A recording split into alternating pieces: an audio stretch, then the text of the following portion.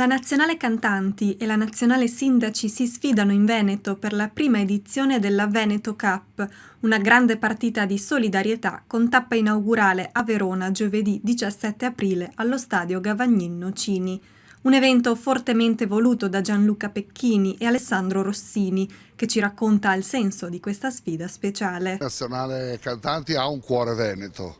Poi abbiamo voluto appunto fare questa prima edizione della Veneto Cup per dare un segno alla territorialità e alla presenza che sempre Verona ha avuto. Già nel 96 c'è stata la partita del cuore, Nazionale Cantanti contro la politica, e ha avuto un bel richiamo e anche il pubblico di Verona ha sempre reagito in maniera positiva.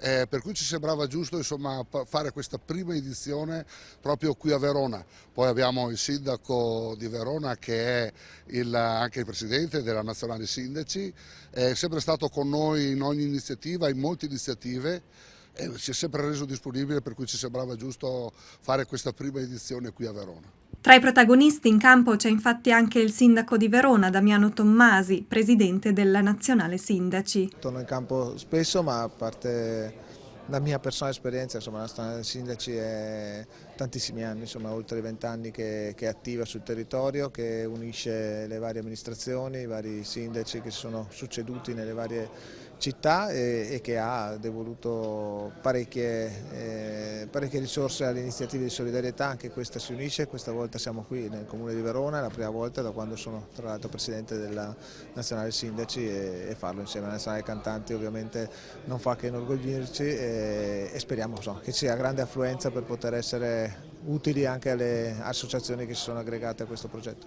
A beneficiare del ricavato saranno amici di Croce Verde Verona e Abeo. Ecco le parole dei loro rappresentanti. L'emozione è sicuramente, ripeto, molto alta, è la prima iniziativa, cerchiamo di costruire nel miglior modo possibile questa partita e nella speranza che tutti possano contribuire, insomma, con quello che è possibile contribuire, insomma, ecco.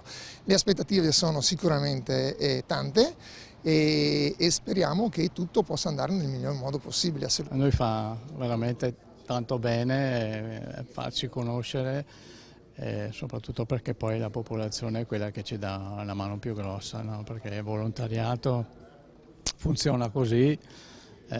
Passaparola, farsi vedere, far capire alla gente chi siamo, cosa facciamo e dove vogliamo arrivare, quindi per noi è tanta cosa.